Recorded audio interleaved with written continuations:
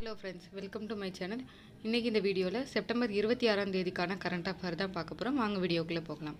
கர்நாடக முதலமைச்சர் சித்தராமையா அவர்கள் மீது வழக்கு போடப்பட்டிருக்கு. என்ன வழக்குன்னு பார்த்தீங்கன்னா, இவர் வீட்டு மனை விஷயமாக ஒரு முறைகேடு செஞ்சுருக்காரு. அதுக்காக அவர் மீது வழக்கு போட்டிருக்கிறாங்க.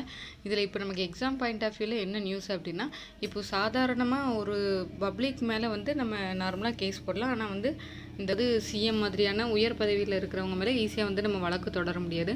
அதுக்கு ஆளுநர்லாம் ஒப்புதல் தரணும். சரிங்களா? அதுதான் நமக்கு எக்ஸாம் பாயிண்ட் ஆஃப் வியூவில் இந்த இடத்துல நியூஸு.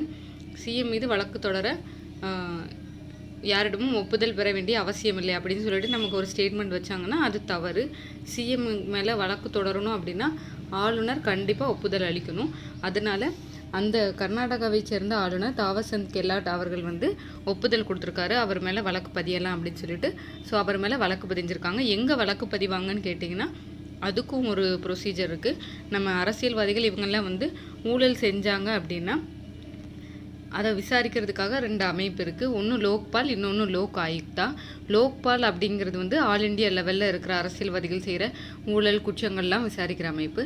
லோக் ஆயுக்தா அப்படிங்கிறது ஒவ்வொரு ஸ்டேட்லேயும் இருக்கும். அந்தந்த ஸ்டேட்டில் உள்ள சிஎம் இந்த மாதிரி அரசியலில் சார்ந்தவங்க செய்கிற ஊழலெல்லாம் விசாரிக்கும். ஸோ இவர் மேலே இருக்கிற இந்த வழக்கை எந்த அமைப்பு விசாரிக்க போகுது? லோக் ஆயுக்தா. அந்த அமைப்பு தான் இவர் மேலே இருக்கிற விசாரணையை வழக்கை விசாரிக்க போது.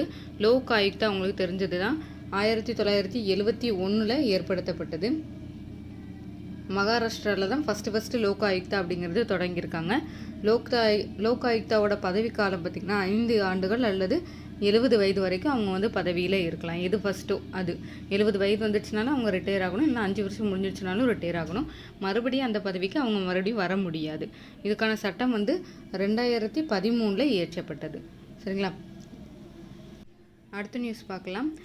ஹரிணி அமர் சூர்யா அவங்க இலங்கையோட பிரதமராக ஆகியிருக்காங்க.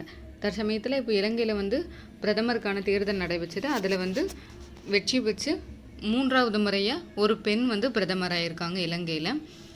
முதல்ல உலக அளவில் பிரதமர் அப்படின்ற பதவி வகித்த முதல் பெண்மணி எந்த நாட்டை சேர்ந்தவங்க அப்படின்னா இலங்கையை சேர்ந்தவங்க தான். அவங்களோட பேர் சிரிமாவோ பந்தரா அப்படிங்கிறவங்க. இப்போ ஹரிணி அமர் சூர்யா அப்படிங்கிறவங்க தற்போது பிரதமராக வந்திருக்கிறாங்க. அடுத்த நியூஸ் பார்க்கலாம்.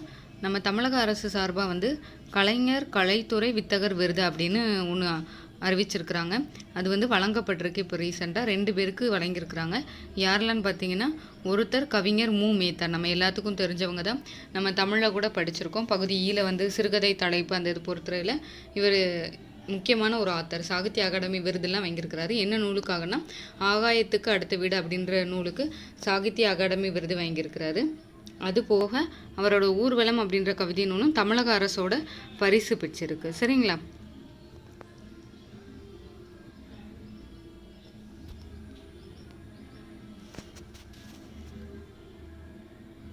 இந்த விருது யாருக்கு வழங்குறாங்கன்னு கேட்டிங்கன்னா, திரைத்துறையில் சிறந்து விளங்குறவங்களுக்கு தான், வாழ்நாள் சாதனையாளர்கள் அவங்களுக்கு தான் வழங்குறாங்க. இவர் திரைத்துறையிலையும் பல கதைகள்லாம் எழுதியிருக்கிறாரு. பல கதைகள் பாடல்கள்லாம் எழுதியிருக்கிறாரு. அதனால தான் இவருக்கு இந்த விருது வழங்குறாங்க. இவர் போக ஒரு பெண்மணிக்கு இந்த விருது வழங்கியிருக்கு. யாருக்கு அப்படின்னு பார்த்தீங்கன்னா, பாடகி பி. சுசீலா. இவங்களுக்கு தெரியாதவங்களே இருக்க மாட்டாங்க தமிழ்நாட்டில். அவ்வளோ ஒரு ரம்மியமான குரலை சார்ந்தவங்க. இசை குயில் அப்படின்னு சொல்லிட்டு கூட அழைக்கப்படுறாங்க இவங்க. 2 பேருக்கும் தான் இந்த கலைஞர் கலைத்துறை வித்தகர் விருது அப்படிங்கிறது வழங்கப்பட்டிருக்கு. தேங்க்யூ ஃபார் வாட்சிங் ஃப்ரெண்ட்ஸ்.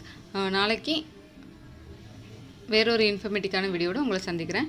இதே மாதிரியான பயனுள்ள வீடியோக்களுக்கு நம்மளோட சேனலை சப்ஸ்கிரைப் பண்ணுங்கள். தேங்க்யூ ஃபார் வாட்சிங்.